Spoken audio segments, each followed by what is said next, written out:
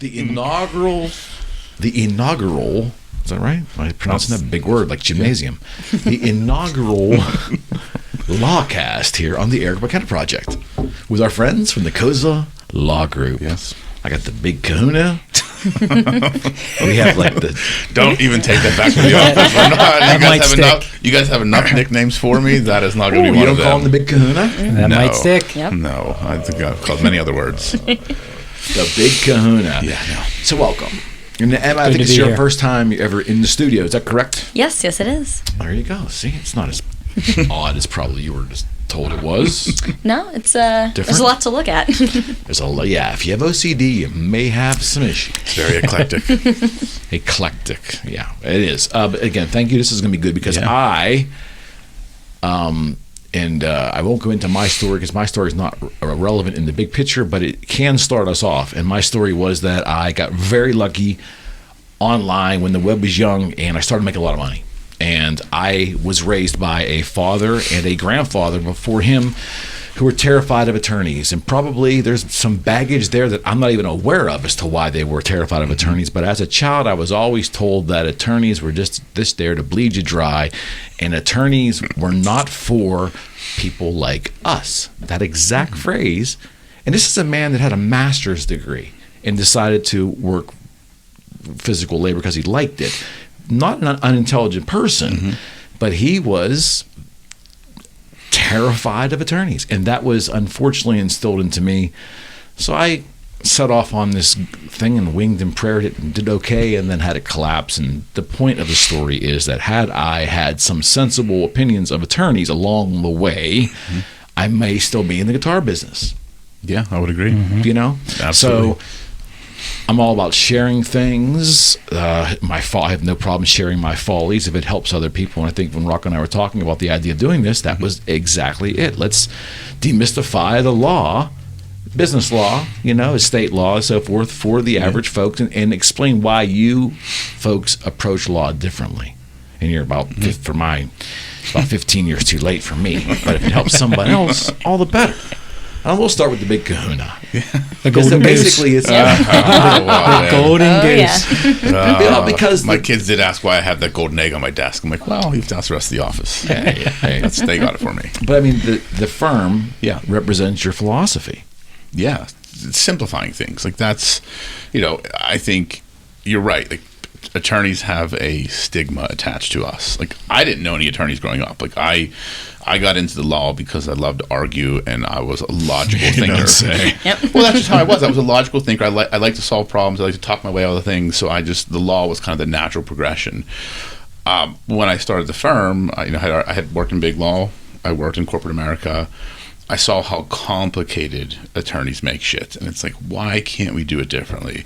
Like, why do we have to complicate things? Like, why does it have to be so difficult? Why do people not like lawyers? And that's kind of when I started asking people, like, what do you hate about lawyers?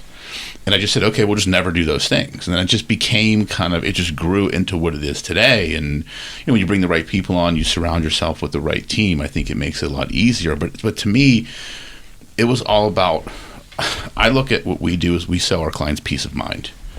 Like that's really it. Like our clients have to feel comfortable that we have their back so they can focus on their business. They shouldn't have to worry about the shit we should be worrying about. Let us mitigate the risk. Let us do what we need to do. You run your business. We're here for you. And I think people look at lawyers like, oh, the only time I'm talking to them is when I'm in trouble or I need something that's going to cost me money. My goal is talk to us before any of this stuff happens so you can grow your business and avoid the problems before they happen. It's kind of how I look at it, and that's kind of what we try and do. I'm never going to be the type of person that talks to a client in big legal jargon and sends them these 10-page memos. It's like, no, I just give them the answer. I just talk to them very plainly, very bluntly, and very openly about the problem they have and help them solve it. That's how I look at it. The peace of mind is the biggest thing. I mean, people will call into the office all the time, and then they will end the call. The best part is they just say, man, I'm so glad I talked to you. Yeah. I can go into the weekend not having to worry about this problem. Thank you very much. I appreciate it. I mean, that's the best part, I think, in my opinion. No, I agree. And those are the conversations I love because at the end, it's like, oh, I thought this was going to be a lot more difficult. Like, that's my favorite. When I hear a client say, or a potential client say, oh, I thought this was going to be a lot more difficult and more expensive than it is. I'm like, well, no, there's no reason to complicate things. And it really is just try. Like when I talk to someone, in the first 30 seconds, I have to read that person, understand, okay, what is their demeanor? What is their voice telling me? Like, are they worried about this conversation? Or are they excited about the conversation? So I know how to take the conversation.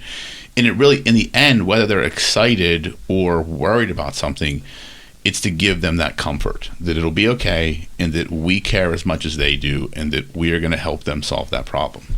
I mean, you really have to break down like that initial call, that we do have an open door policy, that you just call us and let's just talk through an issue. Yep. It's not something where as soon as you give us a call, we're starting the clock. It's right. It's like, by the way, we're 3 minutes in. Well, I think that's going to cost you some that's money. the public's perception. It For is. sure. It is. For sure. So it's almost as much as talking about their problem, but also giving them the peace of mind of this other elephant in the room that they don't want to talk about, which is, am I getting charged for this phone call? Yeah. So That's exactly right. breaking down that barrier. Now we have clients, recurring clients that are just calling not even a legal issue and saying, I have a problem. Can you help me? Point me in the right direction. Yeah. I mean, that's where we want to get. Rocco talks about it all the time. Yeah. That's the sweet spot where we want to be as a law firm. You're not just calling us just for legal services or legal help. You're asking for entrepreneurial help. Yeah, exactly. Can we get like a 60 to 90 second bio of each of you? Yeah. Let Emma go first. Yeah, cool. and the newest member of the firm, correct? Yes. Not the newest, the youngest, the though. youngest, yes. Yes. She made not sure the she got that newest. dig in, dude. I remind him every day. Yes. I am the oldest. She is the youngest. I Just get me it. sitting in the firm, he's like, oh. He walks by, he's like, oh, youth. Yeah. No, I started back in October. So I graduated law school from University of Pittsburgh. I'm the only Pitt Panther at the firm. Hail Pitt. Exactly. I went to University of Maryland for undergrad. I always knew that I wanted to do corporate law like throughout law school.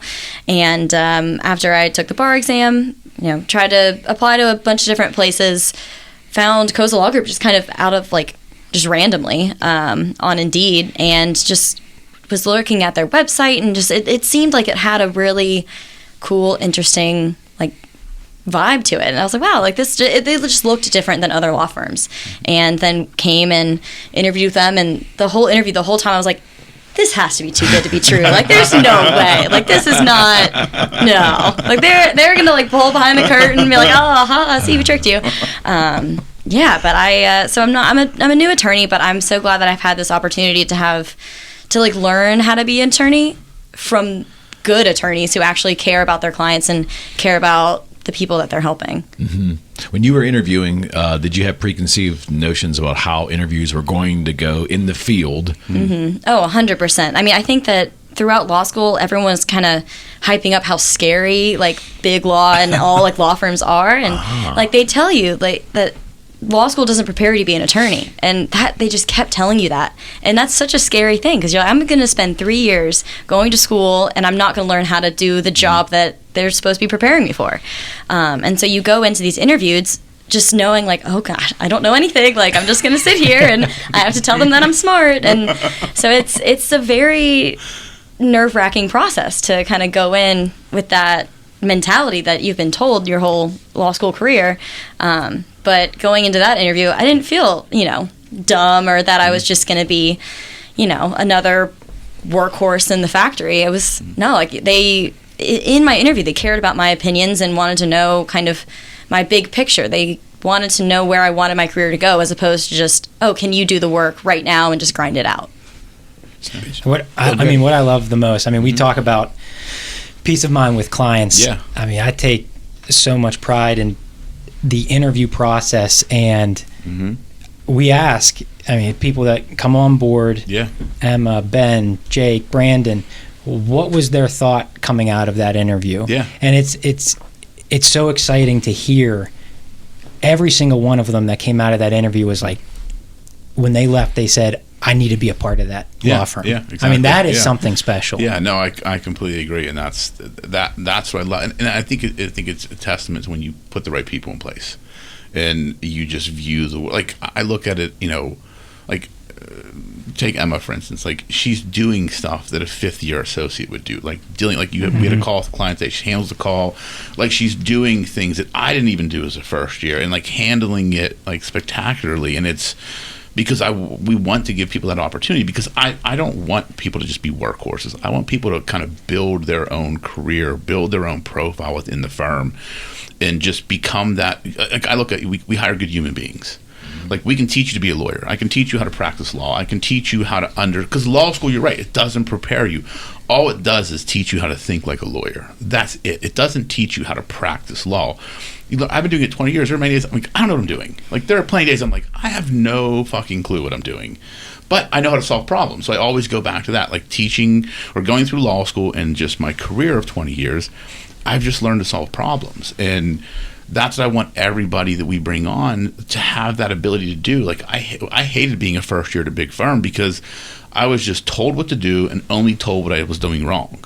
I was never told what I was doing right. It was like, you're not doing that right. You're not doing that right.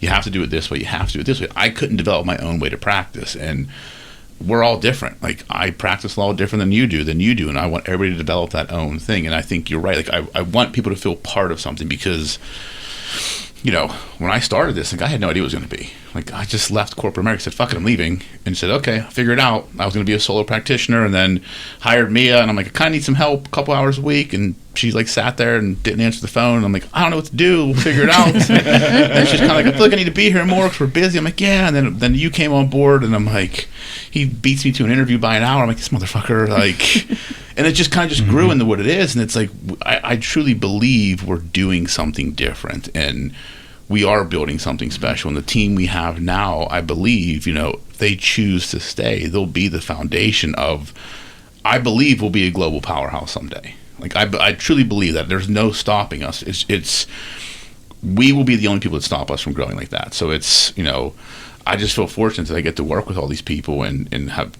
put these people in place that truly fit the model now. And we're having fun, man. So I want to circle back around again to philosophy with you, but I want to get of course. I want to get the Kingpin. There you go. That's his name. There he is. Kingpin. I'll take that. The office Excel expert. I want that little bit of that bio, because we never got that on a prior show. We didn't. No, we haven't. Okay, so non-traditional path, I would say. So I graduated from Penn State undergrad, and then you two coexist okay over there. Not Pitt, Penn State. not well. I mean, It's not great. That must be interesting. Well, University of Maryland, Pitt, and then I was like, oh, come on. I can't stand Penn State. Oh, my God. I'm sorry. I didn't mean to mess you up there. It's just interesting dynamic going on. It is. Yeah. It is. It is. So I actually started out as an accountant for just less than a handful of years. Realized I could not take accounting for my entire life. I mean, I do love accounting. I mean, I think the financial side of a business, I mean, it's fascinating, but I couldn't do that day in and day out. I mean, it truly was, you come in, here's step one, here's the next 37 steps, and then you clock out, and then guess what? You get to come back and do that exact same thing every single day. So I couldn't handle that, but I didn't have any idea that I would actually go to law school. I went and started my MBA at Duquesne, and then just learned a little bit more about the legal department at a oil and gas company, and thought that was interesting. So I said, you know what? I'll just do both. So I got my JD and my MBA at Duquesne, and then from there just started hopping around. I didn't know what to do. I left my job because I don't want to be an accountant anymore. I have all these pieces of paper that cost a lot of money, so I should go and figure else what to do. So did some clerkships on the state and federal. Then I went to So what is that? Explain what that is. So clerkships are just working for a judge, drafting briefs, drafting opinions. That's typically, you do that for a set period of time. Okay. About 9 to 12 months. You can extend it if you want, but I just wanted to get my feet wet, figure out that side of things. I really wanted to immerse myself in the legal world. I wasn't sure if I was going to try my hand at litigation, so I figured, hey, let's work for a judge, kind of see that side of the world. Didn't really appeal to me. Again, accounting background, I did like the corporate and business side of things. So I got set up at I'd say mid to large size law firm downtown Pittsburgh, worked in their corporate and real estate group, And then from there, did that for three or 4 years. And then I ran into Rocco. We met a couple times. Yeah. Liked his mindset. I thought the legal industry was due for a change, kind of getting flipped on its head a little bit. And it's funny that he went out there and said, I'm redefining legal services. And I'm like, well, okay, that kind of sounds exactly what I was talking about. Okay. And then we joined, that was in October as well, in 2020. Yeah, exactly. And then, started 2 attorneys and now up to 6. Pandemic. Yeah, it was crazy. It was definitely, it was nuts. It was fortuitous because it was, because when I hired Matt, it had, I was interviewing and I had gave someone else an offer before I knew he was interested. Yeah, let's get the record straight. He didn't know I was. I had no idea. I didn't know I was around yet. So because my buddy calls like, hey, my friend's friend saw the job. Are you still looking? I said, oh shit! Like I literally just offered this job to this woman, and I'm like, oh shit! Like because I wasn't 100% sold on her anyways, but like she was qualified. She could do the job that I needed. Then like 2 weeks later, when she was about to start, she said, hey, I took another job for more money. I'm like, oh, okay. So then I called them and I said, hey, is he still interested? Then we met at Panera and we just talked there, and then we met again, and it was I kind of knew when I met him. I'm like, yeah, this is definitely the right guy, and it was all worked out the way it was supposed to. It was so funny that during the interview process, kind of we're talking about the vision and where we're going and how we see this playing out. What was kind of Rocco's vision at the time was. Look, we'll have grow into 3 to 6 attorneys. We'll all have fun, just growing and having a good time doing it. I guess mission accomplished. I guess we're done hanging them out. We have 6 attorneys now, so we're just getting started. Yeah, we're just getting started, man. Just getting started. That has changed. Took just under 3 years to achieve the long-term vision that we talked about at the interview. Yeah, it's crazy, man. But the ongoing joke in my family is, Carly, I think my wife, Carly, I think she cried for 2 weeks when I said, you know what? I'm leaving that job. I'm taking a bet on this one guy that I met. At a Panera. Down in Bridgeville. Guy named Rocco. He's very Italian. Yeah. Seems like he knows what he's doing, but I don't know. We'll see. We'll figure it out. She's like, my wife was like, what are you doing? And I'm like, don't worry. We got this. And we figured it out, man. We figured it out. Here we are. So your 90-second bio put you on the spot. Yeah, I mean, my bio elevator pitch here.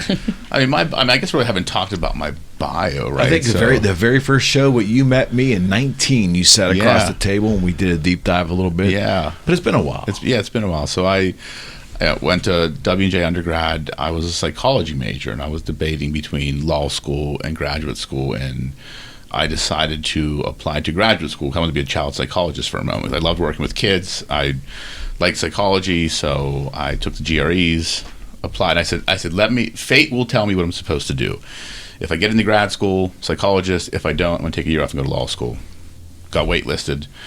Took the year off, worked as a personal trainer for a year, and then took my LSATs and went to Duquesne. And it's funny because I went into Duquesne, I wanted to be a litigator. My goal was to go to the military. Like I was going to go to the JAG Corps. Yeah. So, but then I had Gabe. So that kind of changed the course of my life for the better. It was effing Gabe, who will be starting for us in a month. So, but it was interesting because like that's because I loved business as a kid. Like I was always like selling things and like trading baseball cards, like starting businesses. But I loved the art of litigation. Like that was something that I had a passion for. And so I said, okay, the military. Like I wanted to be in the JAG Corps. I said, this is what I want to do. Travel the world. Then when I had Gabe, it's like, okay, that changed. And I went and, busted my ass, made law review, interviewed, worked at a big firm out of law school. Liked it because I worked for 2 particular partners. And then they left. Like there was a partnership dispute.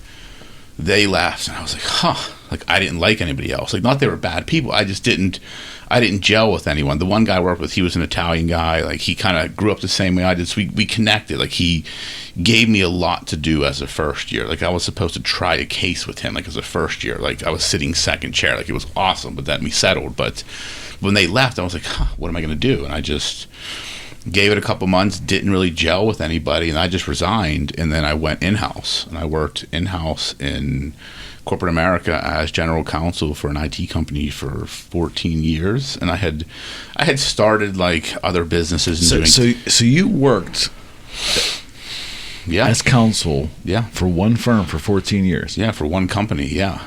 It was a cool job because I got to see the world. Like it just seems so unlike your personality. Yeah, I was losing my fucking mind. Like it was. Here's the only reason why. So, one, it was a great hedge. So I was able to do a lot of the other entrepreneurial things I wanted to do along the way. I got to see the world on someone else's time. Like I've been to Israel, India, Dubai, like Eastern Europe, all on someone else's time. Places I would probably never choose to go.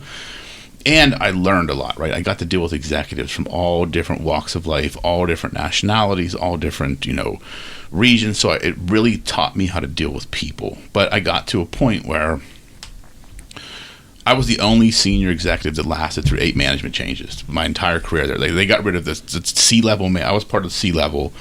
They got rid of 8 different C-levels. I was the only one that lasted. So we finally get to the last change, and the guy who was technically my boss, the CFO, was a good friend. They fired him. And it was like, he's the only guy that knows what the fuck he's doing here. Like, truly, like, he was cutting costs, like, making the right moves. They got rid of him and then wouldn't do anything to the sales team. Like, our revenue was down. Like, how are the sales team not being held accountable? But he is. So that's when it was like, I'm done. Like I couldn't, and that was like, they fired him in January. This was 19? This was 18. So new CFO started. We were in the middle of an acquisition. We were getting acquired by a Chinese company. So I was running the whole deal from the U.S. Like and there was no succession plan for me. Like there was no one to back me up. And so I remember I came home one day and I told Laura, I said, I'm resigning. Like the CFO scheduled a meeting. He was coming into town to go through this deal, had an 8-hour meeting scheduled with me. The night before I came home, I told her, I said, I'm resigning tomorrow. And she's like, I've been waiting for you to say that for months. I walked in. This was in middle of February. I walked in. The guy's name was Ed. Like, nice guy. I probably would have got along with him very well. Italian guy. Would have got along with him definitely. Sat in. He like has all these documents out. He's like, we're meeting for the first time, and he's like, we got to talk about this, the CFIUS approval and all this other shit we were going through. I'm like, but before we get there, like, I just want to let you know I'm resigning. And his face turned white. And he's like, what do you mean? I said, well, I'm resigning. I'm going to give you, I have 2 weeks in my contract. I'll give you 4 weeks. So I gave them a month's notice. And it was one of those moments where I felt like it was going to be like this climactic, this huge like moment. I walked out, I'm like, okay. Didn't really feel anything. And I was like, that's Ashley worked for me at the time. So who's not one of our clients. And she knew I was, and she was upset because she'd worked for me for 10 years at that point in time. And the next 4 weeks, I kind of just wrote it out and helped them transition. And then we went on a family vacation, like a cruise. I kind of timed it, so I'd kind of used that last week of vacation. And I came back from the cruise, and I'm like, well, now what? Like, fuck. Like, I got to figure this shit out. And I was starting to practice law, like on the side anyways, like helping people. And I had a small practice, and I was doing some speaking and other stuff. And so that whole 2018, I was, consulting with that company too. They were kind of paying me as a consultant. So I was still had income coming in. But then like 2019 came, I'm like, oh, fuck, I need to like figure out like, okay, like, I'm just going to go full force in the law. And I said, okay, let me do that. And then once I got rid of all the other distractions and just put my foot on the gas, it's like, okay, because people were telling me you're a fucking idiot. Like, why would you leave a job that you were making a ton of money, traveling where I was able to do whatever I wanted? I'm like, because I'd hate it, and it's not about money to me. It's, I want to bet on myself, and it was all those people that said don't do it. This was kind of like my fuck you to them. It's like, I'm just going to prove you wrong, because they were all like, oh, statistics, most lawyers, when they're out on their own, it takes them 10 years to make 6 figures. I said, watch me, and we did it. We crossed 7 figures in 3 years. So it's like it was kind of like, to me, it was the game of it now, and that's. I just wanted to do it differently, and like it's been a wild ride. Like still figuring out as I go, but my path was untraditional. Mm-hmm. But I wouldn't change anything about it. So I think the public has a perception about 2 industries where if you can get through the schooling, mm-hmm. it's almost a license to print money. this is the perception of the public. I'm not saying this is reality, but I think one of them obviously is the medical field, and the other is the law field. Is part of that perception when it comes to the law side because there is a general formula to run a law practice? Because traditionally over time, each firm would kind of keep an eye on what the other one was doing. Oh, that worked for them. We're going to do the same thing. So generally they all rose in this like mold, and the mold was pretty rigid because it was profitable.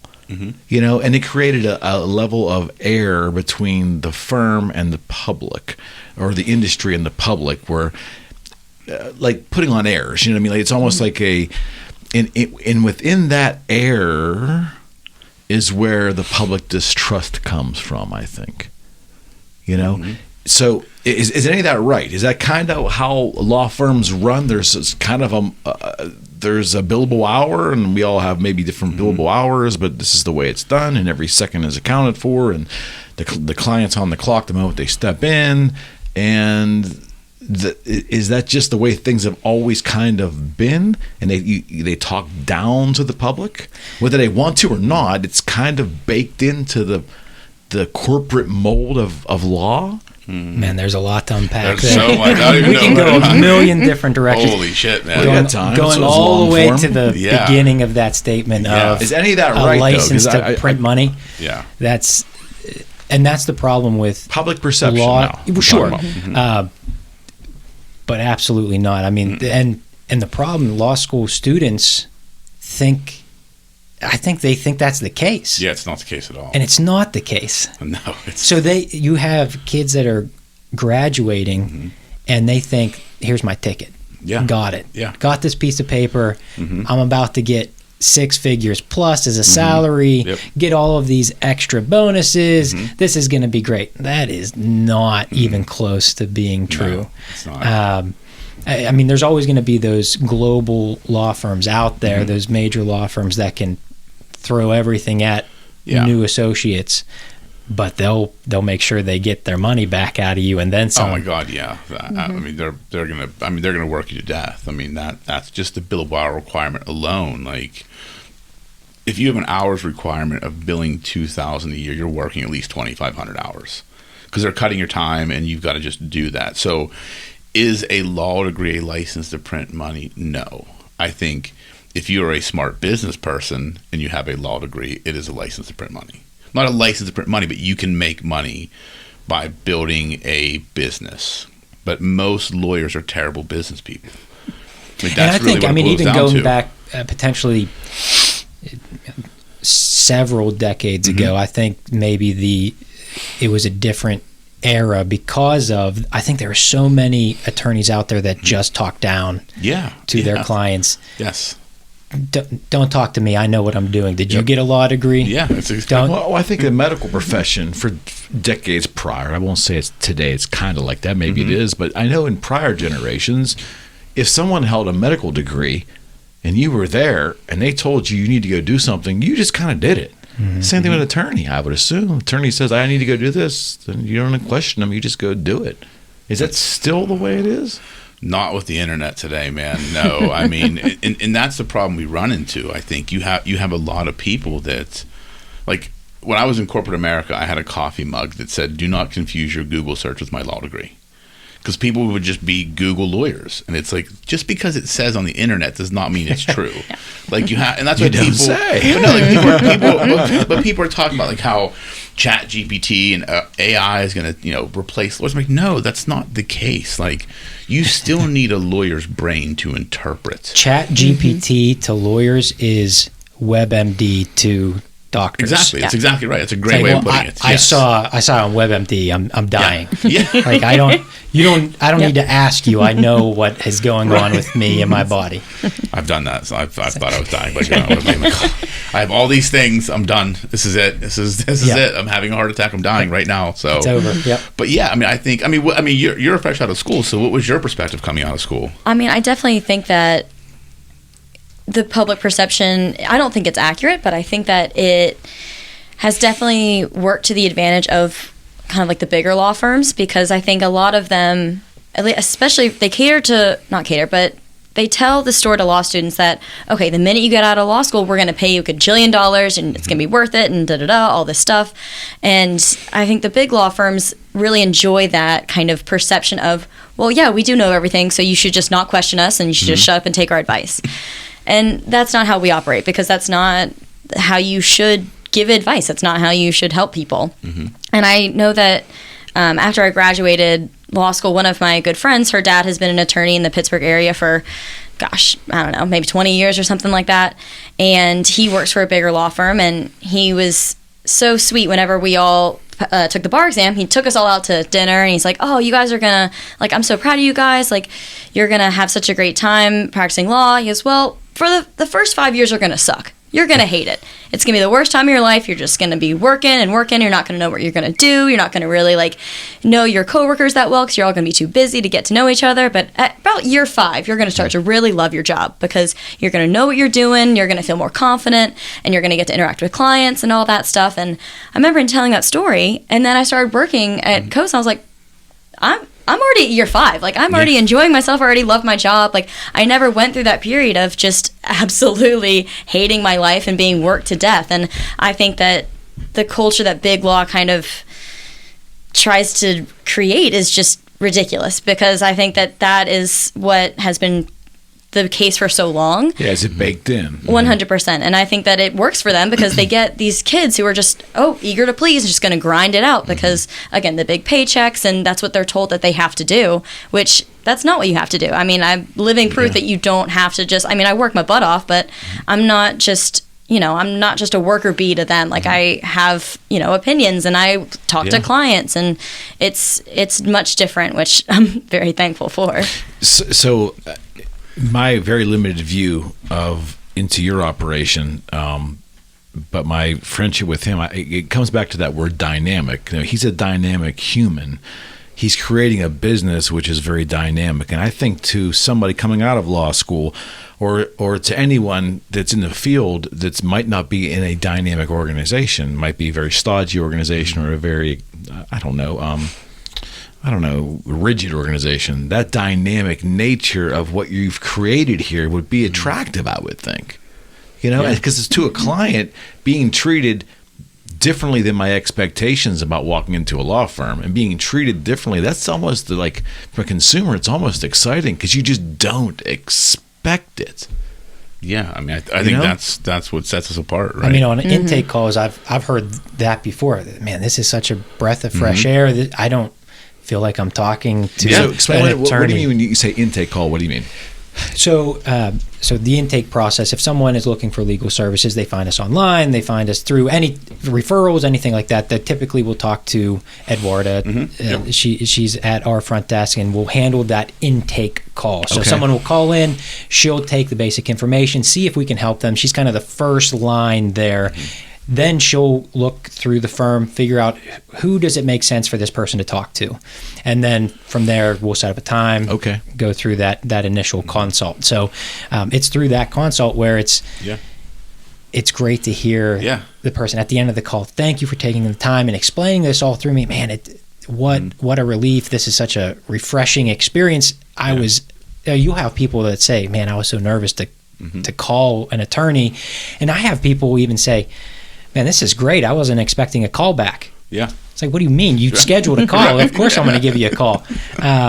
It's one of those experiences that, I mean, the clients Isn't that sad, though? What a commentary on American business. Well, and that's the problem. Yeah. That's why lawyers have, like, I always joke, I say, I hate most lawyers, because I know how they operate. Like, you don't have, every situation does not need to be adversarial. Like, our goal is to solve a problem. Right? If we can come to an amicable resolution where both sides are happy, great. I don't have to be a dick. Like, I can get in the ring with you, no problem, but I'm not going to do that if I don't need to. And I feel like a lot of lawyers do that. One, to run up a bill, to make it cost more for their clients, to make it, if it's more adversarial, it takes more time and effort to resolve it, and it just means more fees for the lawyer. My job and our job as a firm is I want to resolve it as quickly and as efficiently as possible. and provide our clients the best. Like, it's about the relationship to me. Like, it's never about the dollars. Like, if someone complains, and we have people that question bills because it's just like little things, I'll cut the time off. It doesn't, like, that $400 doesn't matter to me. It's more, the relationship is more important. Like, that's how I view it. And I think most lawyers don't do that. And to your point about big law, like, I was in big law, and it's, you're right. Like, it is, you're a worker bee. Like, they give you a big salary, but if you break it down to the amount of hours you're working, it's not that big, and you're not. That's what they don't tell you that. Well, no, they don't. They really don't. It's like, okay, cool. You're going to make $140,000 a year, but you're also going to work 100 hours a week. I mean, and you're not going to have a life. You're going to trade, your youth for, and there's no guarantee of making partner, and there's no guarantee of anything. And to me, like, I look at this firm, like, everybody has the opportunity to make a partner. Like, everybody has the opportunity to make as much money as they want, and it's that's the difference. Yeah, like, it's not, to me, I want to create that environment where everybody has the opportunity, and it's entrepreneurial in nature for each individual attorney here. Yeah, absolutely. And that's what I want to create, and I think we've done a good job of that, and we're always fixing and adjusting and learning new things in the market, but that's what a business person does. You don't just rest on your laurels and say, okay, I figured it out. Like, every day I have a fucking moment where I'm like, oh fuck, like, gotta figure this out. Like, and it's just, that's part of the growing pains of, we've grown exponentially fast, and it's just like we're playing catch up sometimes, like trying to figure things out. But it's, I just think if you put the right people in place, you have the right team, and we can all rely on each other, like, that's what matters most to me. Because the problems we'll solve them. It's just, but as long as you have the right team in place. And I remember in my interview, we were talking about how, like, we have our degrees, we're doing all this stuff, but our main job is to help people. Like, we are selling our services. We're selling ourselves. We're salesmen. We really are, and we're salesmen with certain knowledge. And I just think that a lot of people don't see that. Like, they see them, like, we're not scholars. We're trying to be personable. We're trying to connect with people, and that's, I think, one of the biggest things that, at least before I went to law school and started kind of getting into knowing lawyers and practicing law, I never thought of it like that. Like, we really are salesman, but not in like a gimmicky way, like in a way that we care about our products that we're giving to people. Well, you've created a marketing firm. Again, like, I always say that, there are lawyers that practice law and there's entrepreneurs that sell legal services. We are the latter, and we have to understand branding, marketing, advertising, sales. Like, just because I'm a lawyer does not mean people are going to work with me. That's like, if I'm an asshole and they don't like me, like, why would you work with me? Like, it's truly about, and that's why when we've looked at people to hire, it's always about, I want to find good human beings that get it, that understand, what it's empathetic. They know how to deal with people. They, they're confident enough in themselves, because the law is the easy part, not the easy part, but we can figure that out. Like, we can teach you to be a lawyer. I can't teach you to be a human being. I can't teach you to be a good person. I can't teach you to have the right attitude or a work ethic. And we've been fortunate with the people we have. I mean, I think so. I mean, absolutely. Yeah. You were going to say something before. I didn't mean to cut you off. Sorry. No, I was going down a different path. It just, what Emma was saying kind of triggered your initial question all the way back at the beginning of the podcast, which is kind of that initial perception of lawyers. Yeah, because out here it's not good. I mean, I'm the first. It's not always good in here either. So I don't know about the two of you. I'm the first attorney in the family. Same here. Yeah. Same here. So I'm sure this isn't unique to my family. Anyone, when I said, I'm going to law school, what do people think about? It's like, Law and Order, bum. It's like, well, no, that's not. Right. But going back to your situation, attorneys aren't for us because that's what they think of attorneys, kind of going into the courtroom and like that's what they do. There's a whole other sector, and I think the internet's obviously helping out with that, because it's like business problems, whatever. But when I went through law school, that everyone was asking me that tract, and I'm like, that has nothing. I mean, there is a piece of that. That will always be a piece of any attorney's career.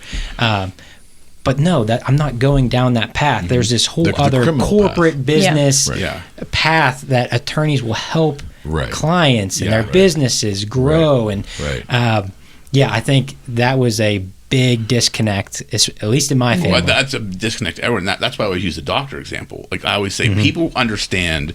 Like I always say, lawyers were just like doctors, right? Like there can be general practice lawyers that kind of know a little bit of everything, and if you need more specialized knowledge, they'll send you to a specialist.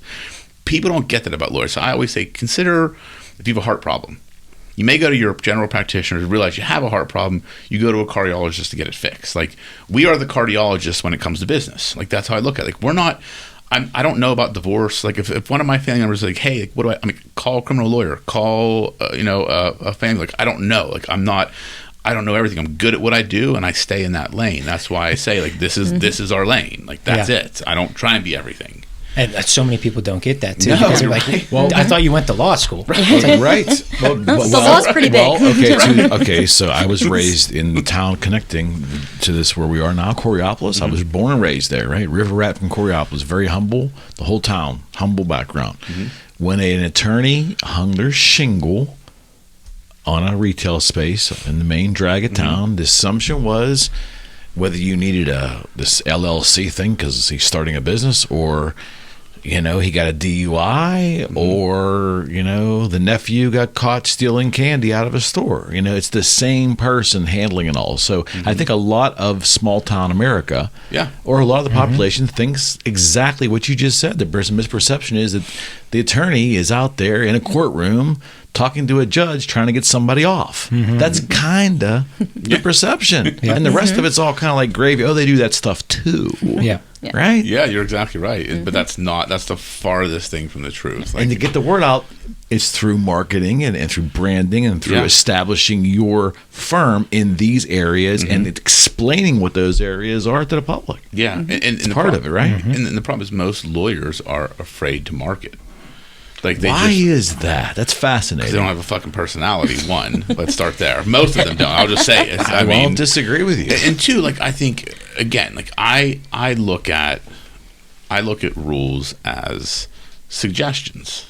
It's kind of how I live my life, right? Like I live in the laws are guidelines. I live, but a lot of lawyers are kind of old school. And they're like, well, the rule says this. You can't do it. Like, well, that's not really what the rule says.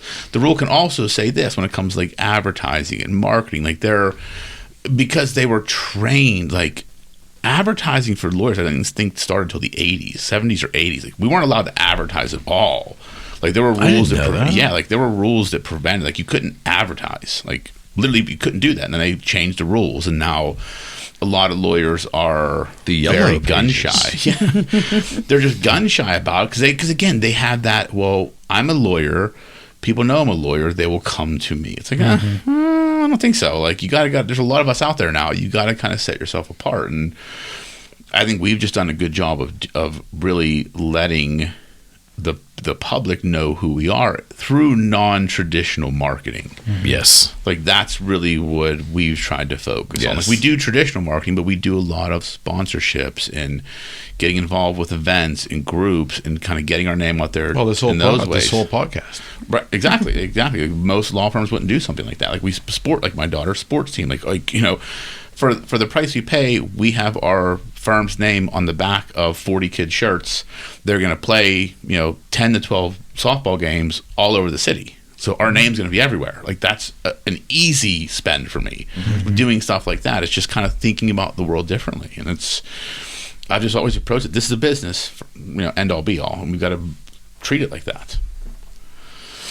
That's just so different than what the public's perception of the field is. It just is. Especially me. I mean, I can tell you, I knew I needed an attorney, and then of course when you ultimately know you absolutely need an attorney, then it's too late. Then you're fucked. Yeah, then it's too late. Then you're in a reactionary standpoint. And I think that unfortunately for a lot of small business folks, they end up finding themselves in reactionary standpoints all the time, and then probably not making the best attorney decisions because they're doing it under duress. I mean, their hatred or less than ideal feelings get transferred over to the attorney as well, right? Because my wife's a dentist, and we make this joke of people hate the dentist, and it's like the one field that every patient is very comfortable telling my wife to her face, Yeah. I hate the dentist. Well, that's actually me, so yeah, please have a seat while I get this drill. I'll be right back. That's fascinating. I mean, she says every single day people come in, I hate the dentist. It's like, are you kidding me? But to talk about reactionary, I mean, people don't want to go to the dentist until they have a problem. Yeah. And they're already That's in pain. human nature, man. Yeah. And then when they get there, that pain is just transferred to the dentist. Man, even though you're helping me, I hate you. Yeah. Yeah, So now I get you go, it. everyone waits until it's too late or already there's a huge problem. Then they go see an attorney, and that hatred or issue is transferred to the attorney as well. So, and the problem too is there's a lot of companies on the internet that and people on the internet that are giving people terrible advice and setting unreasonable expectations, and then people wonder why this shit hits the fan. It's like I always tell clients, there are certain things I will tell you, do not pay me to do.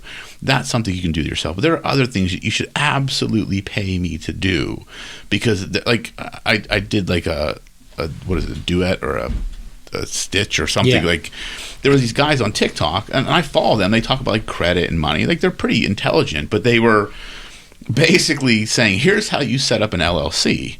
And I'm like, that is completely fucking wrong. Like literally everything you said is wrong. The wrong way to do it, the worst way to do it.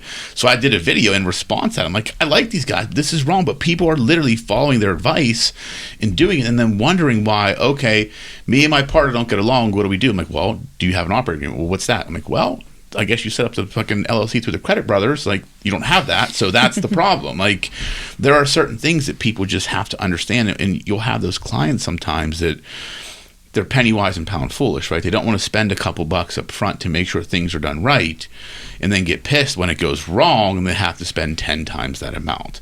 And there are some clients, like I was having a discussion today with someone, and we were talking about like pricing, and he made a comment, and he's right. He's like, and I look at just clients in general. He says typically about 7 to 10% of buyers will always buy on price. The rest of them buy on value. And it's like, yeah, there's always those handful of clients that don't want to spend the money and then wonder why things cost 10 times they do, when our advice is like, pay us to do this now so you don't have to deal with this later. But they're only looking at the cost, and they don't want to spend the cost, and they get pissed down the road when it's like, well, kind of told you this. Like, this is just common sense. But some people will never understand that. And again, and that's why people hate lawyers sometimes, because they're like, oh, it cost me so much money to get out of this. But it's, if you dissect the entire situation, you realize, well, it would have been 1/10 of the cost had it been done the right way up front. Mm-hmm. And that's the problem. What's that whole medical advice that I had as a kid, right? An ounce of prevention beats a pound of cure. Yeah, beats a pound of cure all the time. Mm-hmm. It's true. I mean, it's the truth. I mean, that's in anything. It's like, just be proactive. Like, it's not reacting to a situation is always going to cost you 10 times more than to be proactive. I mean, think about any situation we deal with, any clients. Like, is that the bulk of the business that attorneys get? Is react? Well, I mean, what I love about our clients, honestly, is I think we're getting to a point with our clients where they are much more proactive. Yeah, I agree, 100%. Yep. Where I think a lot of law firms, because you're helping them be. Yes. Mm-hmm. And they realize they trust us, and it's not just legal services that they're calling us for. It's it's all of it's the whole package. Yeah. Mm-hmm. And now clients are much more open to being proactive. Yeah, absolutely. And attacking issues before they become issues. Yeah. Mm-hmm. I mean, look at the call we had today. Like with the one client, like we were talking to a client, one of Emma's clients, about the contract and just some changes we recommended. She's like, just literally said, do that. I trust you guys. Do it. Make the changes. Didn't care about how long it was going to take, price, but it was like she knew that we were looking out for her. Like we were saying, hey, we're trying to help you prevent issues before they happen. And I love clients like that. And we have gotten that point where most of our clients are like that. They understand that we have their best interest. It's not a transaction to us. It's not about the dollars we're billing. It's truly about helping the client.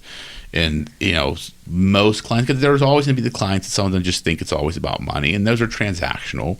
And that's okay. They're going to be there. Like, you can't eliminate those types of clients, but the majority of our clients, thankfully, are fantastic people. I mean, all of our clients are, but they really understand the proactive nature of what we do and have embraced it. And I think that helps us just develop those relationships long term. And it leads to more referrals. I think we've been so successful with like having clients that are being proactive because of how like we market and how we get our clients, because like we market like we're a full service law firm, and so we say we'll help you set up your business, and so we get these people at the very start of their business, which is great, because then we say, okay, like here we will, do everything for you setting it up, and then here's some things that you want to look out for down the road, and they know to come to us before they become an issue, which I think it's so helpful to have an attorney at the beginning, because again, we can tell you, you don't need us for these 3 steps, but when you get to this one, we're going to want to do something about that. Yeah, see, that's a level of honesty that I'm guessing the average person out there just would not suspect from a law firm. It was funny because we were using these health analogies, but to continue forward with the health analogy, we tell our clients, look, you go to the doctor once a year, preventative care. Yeah. You should be doing that for your business too. Certainly. It's a business health check. That's what we call it. Yeah. Come in once a year. All we do is we'll sit down and talk about your business. What did you do this year? What kind of tweaks did you make? Did you do anything major? Did you enter a different industry? Let's just talk through it. And then let's plan forward. Right. All right, keep this on your radar next year. If you start seeing this, if you start doing that, just come talk to us. Yep. Because then we can address it before issues occur. That's what I love, that bonus for our clients of just coming down and just talking through their business, how their year went and where they're going. Yeah, absolutely. I don't know any other real law firm that sets aside time at year's end, or at least Q4, that just tells all their clients, come in, let's just talk through it. Yeah, absolutely. And again, that's the proactive nature of what we do. And to your point about honesty, right? Like that, like I'll give you an example that happened today. We had, a friend of mine had referred a client over for some estate planning.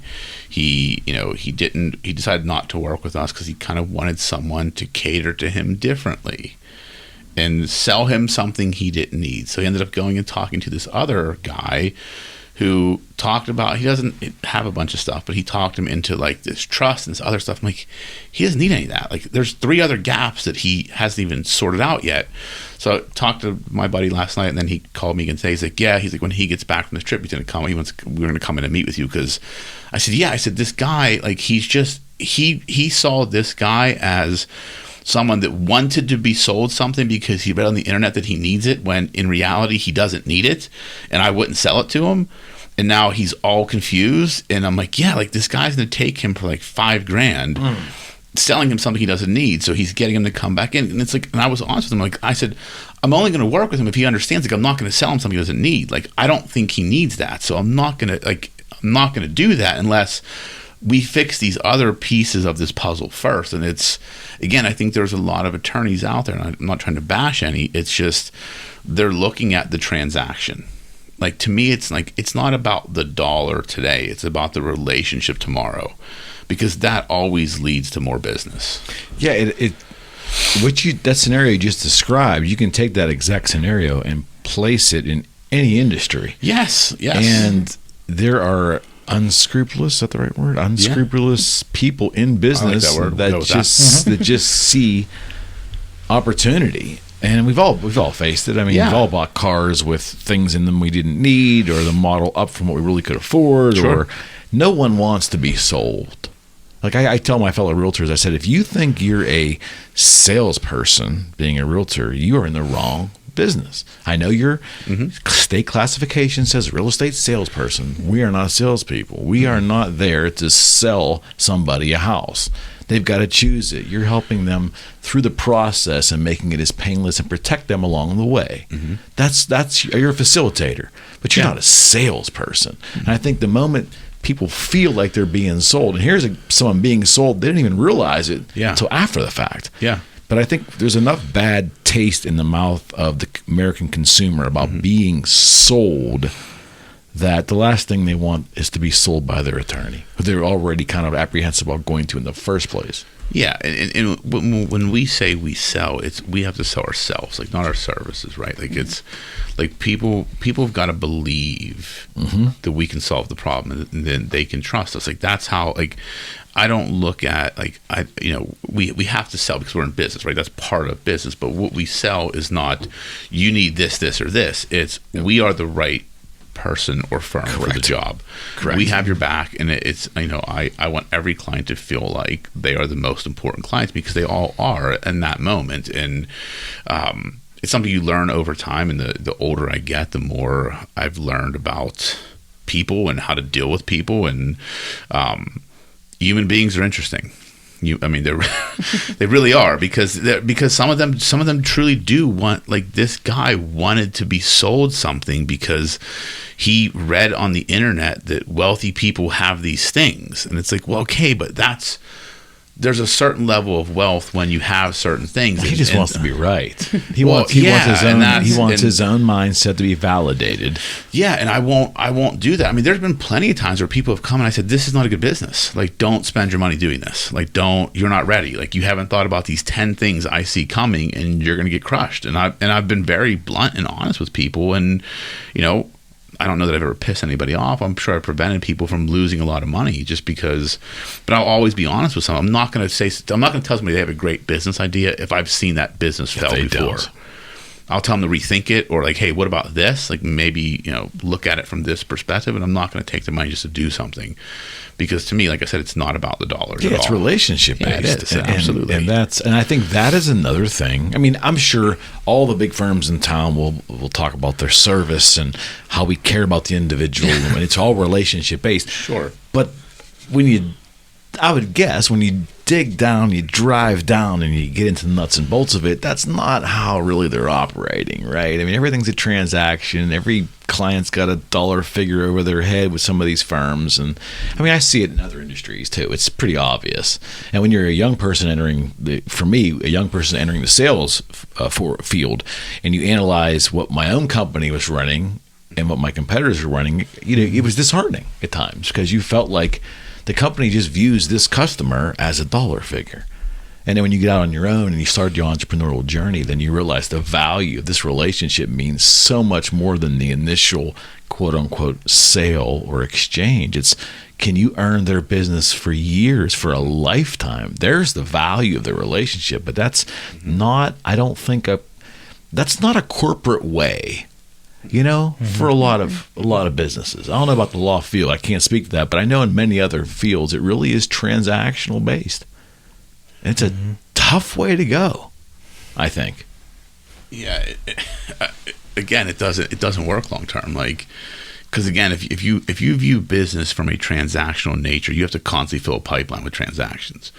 Where I look at it is, if I view our business, which we do, as this is I want to be there for my clients when I'm 80 years old, and be able to advise them, when they start their business and when they sell their business, like be there along the way. And it's my job to make sure that they trust me for that a period of time. Like they're my clients to lose. That's how I look at it. And if I treat a client like a transaction, I will lose that client. And I will never look, I don't look at any relationship, even personal friendships, like nothing is transactional with me. It never has been. That's just not how I operate. And I just think it's a better way to be. It's a better. Comes back to philosophy. Yeah, it's philosophy. Exactly. That's my personal philosophy. Like, it's about relationships. Did you think that you were going to find, or that you could find a law firm that had that kind of philosophy?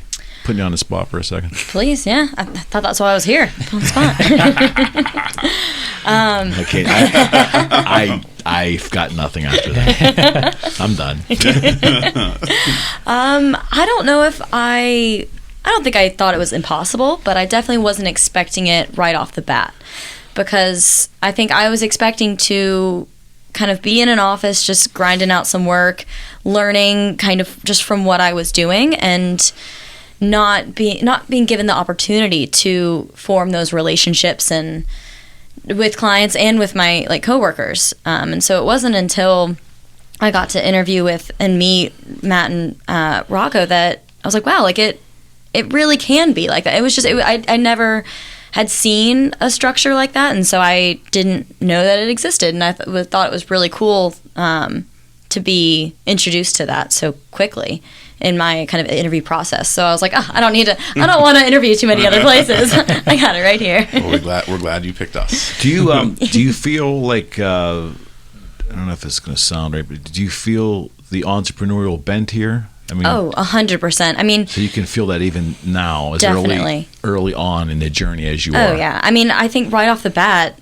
both of them were talking about how it's up to you, kind of how you build your own kind of brand. And that's what Rocco wants every single attorney at the firm to do. Like, he wants us to promote the firm and all that, but he wants us individually to build our own brands and not just be completely reliant on him. And I think that's really incredible, being a young attorney, be given the opportunity to go to networking events, to be on a podcast. And it's amazing. Like, I went to a networking event today and got to speak on behalf of the firm. I cannot name a single one of my the people I graduated with that has that opportunity, and I think that's cool. It's awesome. It's amazing because it's very nerve-wracking to be put on the spot and have to do that. But after I did it, I was like, yeah, I did that. I was like, heck yeah, I can do that. So I can do that again. We got a couple more lined up for you then. Throw them on your calendar. Oh, well, I don't know if I'm that confident. But I had all the faith in you. I knew you'd do well. Well, therein lies the opportunity, though, because I think a lot of law firms are still transactional. Yeah. And I mean, I know from experience at previous law firm, just bills or invoices that go out, you would have a number of attorneys on an invoice. Yeah. And I know for a fact that some of those attorneys never even spoke to the client before. Yeah. So now you have a client opening up that invoice and saying, who the hell are these 5 people? Right. And why are they billing 7 hours of their time on this matter? Yep. Here, building a brand, seeing opportunities, having speaking events, we want everyone to have their own brand, their own personality. Yeah, that's very cool. Just going out. So now clients, they want to work with Emma. Yeah. They want to work with Brandon. They want to work with Ben. So that's what we want. We never want to just come to a point in our firm, doesn't matter how big we get, global or not, we don't want to send out an invoice and then a client look at that invoice and being like, I don't know anyone on this. Exactly. Yeah. So it's not, exactly. You're exactly right. That's a great point, because it really has to be intimate. No matter how big we get at once. Like I always say, I never want to be a bureaucracy in our firm. Like I will say this till the day I die. I would never expect anybody in the firm to do something I'm not willing to do. I would never expect anybody to take out the trash if I'm not willing to do it. Like, I will, that's just my role. Like, and there's other firms that are like that, where you have the partners that aren't doing shit. I'm like, no, like, I would not expect anybody to do something that I'm not willing to do myself. And that'll never change. Like, it's my job to make sure that never changes, because it's philosophy. It is, and it comes down. But I think that's a lot. I think that's a lot of the problem, right? Most people in life, just not attorneys, just in general, haven't figured out what their personal. We've talked about this before. Don't know what their personal philosophy is, and I think until you understand what you truly believe and what your philosophy truly is, and let that guide your decision making, like, becomes transactional. That's why a lot of these law firms are transactional, because you have partners. To them, it's just about the money. It's saying, I'm a partner. Like, I know I had drinks with a girl I grew up with. She's a partner at a big firm, and, very open discussion. She's like, I fucking hate my job, but I love the money. Like, she hates it, but she only does it because she makes $500,000 a year. Yeah. That's the only reason. She's like, I hate it. I'm miserable every day. I don't like it, but I love the money. And to me, like, I never want to be that way. Like, it's just, and that's just like someone that doesn't have, in my mind, a philosophy on life. Like, what's guiding you? Yeah, it's and not only do I think that most people, and Rocco and I, we have talked about this so often on this show, because I think it's important. Personal philosophy is a big thing to me, because I believe most of society either hasn't spent a lot of time figuring out what it is, or they're unable to even articulate what it is. And then the ones that actually have, not all of them are in business. So the actual entrepreneurs that are successful or have an opportunity for success that actually know what their own personal philosophy is probably very rare, in my opinion. Not a lot of humans out there figured that out. No, it's hard work. It's hard work. Well, like it's a you hard gotta journey. because I think it's got to look in the mirror too. Yeah, that's the fucking worst part. Like looking in the mirror and be like, got to figure this shit out. But you guys have look in the mirror moments all day long with your clients, right? I mean, I would think. No, yeah, I mean, you're right. I mean, there are many times where probably more in the litigation department, they face that more of, kind of those, like, just because it's more adversarial, like what we do, we do corporate, I help with litigation every once in a while, but it's more transactional. But yeah, I don't know if you two think any differently, but I think there are those moments each day, definitely. Mm-hmm. I mean, I do agree with you. I think the litigation group gets a peek behind a different curtain with clients. They definitely do. I mean, what I love about the corporate group is you're working with businesses and you're trying to build to something great. Yeah. For any client, you're trying to build something great. And whether it's just working with a client for a particular contract or trying to negotiate if a client's trying to sell or buy a business, you're still working with the other side. Everyone's trying to get to a particular goal. Yep. Yeah. And that's what I love about it. Both sides have the opportunity to win. Yep. So being able to build from point A to point B in litigation, it's a little bit different. Sometimes you're starting from a negative and just trying to get back to even. Yeah, that's exactly right. The slight difference between the two groups, but that's why I love the corporate group. Yeah, This is really good. I didn't know any.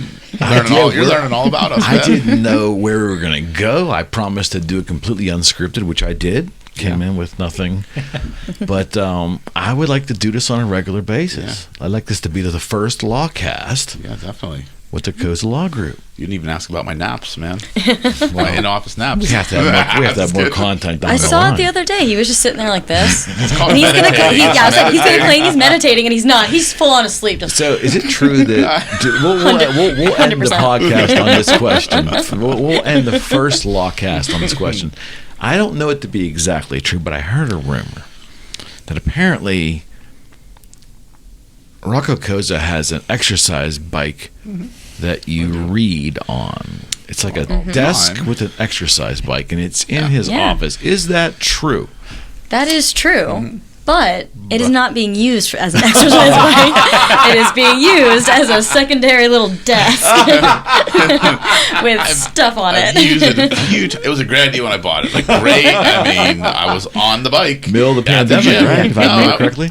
It was kind of at the end of the pandemic. I was literally on an exercise bike at the gym watching TikTok, and this ad came up. I'm like, this is a great idea. I'm definitely going to use this all the time. Bought it. I think I used it like 4 or 5 times. If I'm there on the weekend, sometimes I'll just sit on there just to kind of pass time, because I'm usually there like in sweatpants. Like, if I'm in a suit, I'm not going to ride the bike. But yeah, like I'll sit there. It's more used for a tripod now. Like, I put my tripod top as like record videos. It's the perfect height for that. Yeah, listen, man, I have a lot of good ideas in theory. You do. But then I get distracted sometimes, and I'm like, well, I have a better use of my time. But someday it'll get used. I mean, Gabe's going to be there this summer. I'll make him do it. I'm like, dude, you have to. That's your desk. Like, you have to. We don't have any more offices for you. The cubes aren't here yet. This is your desk. Put him in the middle of the little common area and just make him sit on a bike. He's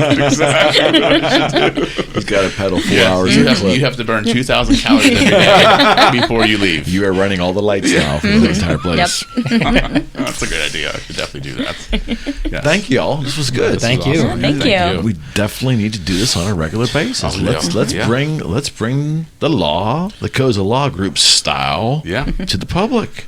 We will, break man, down definitely. some stereotypes. I love it. You know, because Absolutely. they're out there. plenty. They're still out there, We'll keep breaking them, man. and they can reach all of you at CozzaLaw.com. Yep. The site's pretty expansive. The bios from all these wonderful people are there. Your specialty in the firm is?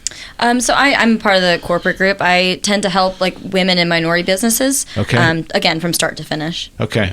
I also do a lot of like IP trademark stuff.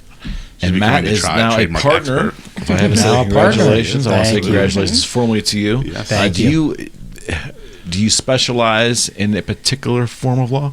So at corporate group, I mean, that's going to be our backbone. Yeah. But I would say a lot of it right now, we do a lot of outside, just general counsel. That's people coming in, businesses it. coming in that need help every day or multiple times a week. What we've seen, though, and what we're trying to really push this year is, and we talked about it before the podcast, but it's the silver tsunami. Yeah. And it's all of these business owners that are aging, and there's a statistic out there that 10,000 baby boomers are reaching retirement age. Not a baby boomer, dude. I'm still Gen Xer. Yeah, you are. Yeah, 10,000 baby boomers reaching retirement age every single day. Yeah. And a lot of those have an ownership interest in business, and they don't have a succession plan. So trying to work with them and make a game plan. Look, you're going to want to sell your business at some time. And this goes on the flip side, too. Look, there's a lot of good opportunities out there to buy businesses. So helping those people find those opportunities and acquire businesses, we're really trying to push that this year. Okay. Yeah, definitely. That was a big pitch. I didn't realize I was going to be doing that. I've been waiting for it the whole time. You were working the silver tsunami at some point today, man. Anytime I always try to get word, man. I love it. It's trademark pending. So it made you famous on TikTok? Trademark pending. And I want to thank you personally, Rocco, and of course your firm for sponsoring this endeavor, for the friendship, and for the multiple hours you have spent in this studio contributing to the growth of this venture. I'd be curious how many actual hours it's been. I'm afraid you might bill me. I was thinking about the one that, like, it's been at least 100 hours. I've spoke on this podcast. At least 100 hours. Oh yeah, easy. I'm like, I don't even know what the fuck I said on half of it. I'm like, I gotta go back and make sure I didn't say anything stupid. I just remember you walking the first time and after we were done, going, man, that's one squared away, dude. What the hell's he sitting down here with me? And but if you had said, hey, we're gonna keep doing it 4 years later, I would have been like, yeah, there's no way. That was fun, man. Here we are. Man. But we appreciate the sponsorship and giving us an opportunity to keep doing our thing. And we'll see you all on the second version of the Cozza Law Group Lawcast. Yes, we will. I thank you all. Thank you, man. Thank you. It's a great time. We made law fun. Can you believe That's that? right. Corporate law fun. Absolutely. Yes. We're out.